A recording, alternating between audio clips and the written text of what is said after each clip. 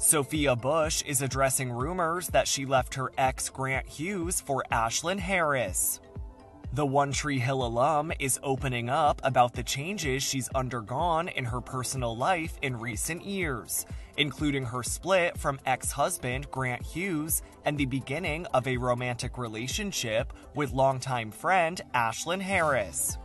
Sophia writes in an essay for Glamour published on April 25th, quote, "There was a lot that quickly turned ugly. People looking in from the outside weren't privy to just how much time it took, how many painful conversations were had. What felt like seconds after I started to see what was in front of me, the online rumor mill began to spit in the ugliest ways." She continues, "There were blatant lies, violent threats, there were accusations of being a homewrecker. The ones who said I'd left my ex because I suddenly realized I wanted to be with women. My partners have known what I'm into for as long as I have. So that's not it, y'all. Sorry." The 41-year-old goes on to say that her relationship with Ashlyn developed over time and through their pre-existing friendship, despite the rumors and online speculation. "The idea that I left my marriage based on some hysterical rendezvous, that, to be crystal clear, never happened, rather than having taken over a year to do the most soul-crushing work of my life. It feels brutal." She adds, "Just because I didn't want to process my realizations in real time on social media and spell them out for the world doesn't mean the journey wasn't long and thoughtful and exhaustive." E! News recently caught up with Sophia at the Fashion Trust US Awards, where she opened up about her personal journey to finding happiness. First and foremost, you look so comfy, chic, sexy, the list goes on. What's the fashion story tonight? Give it to me.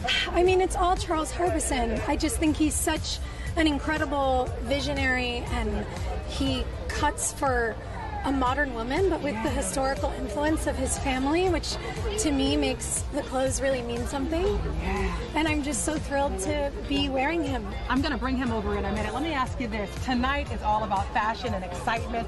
What excites you in your personal life right now? Take me there. What has given you so much enjoyment and happiness? Oh my You're goodness. glowing. Oh, thank you.